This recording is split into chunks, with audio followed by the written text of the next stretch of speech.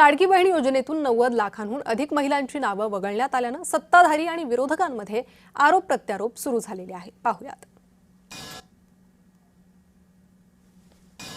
लाडकी बहीण योजनेतून 92 लाख महिलांची नावं वगळण्यात आलेली आहे आणि त्यावरून आता विरोधकांनी सत्ताधाऱ्यांना कात्रीत पकडण्याचा प्रयत्न केलेला आहे। सुमारे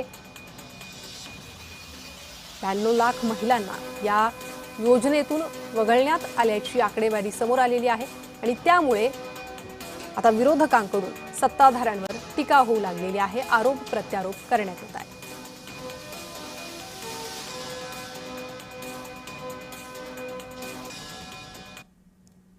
ते अयोग्य असतील तर कमी करावे, पण 92 लक्ष जर नावं मला माहिती नाही कमी झाले असेल तर याचं एकच कारण आहे, ई-केवायसी योग्य अजून मुदत वाढवण्याची आवश्यकता आहे। ई-केवायसीची मुदत वाढवली तर हे नावं योग्य पद्धतीने येऊ शकते।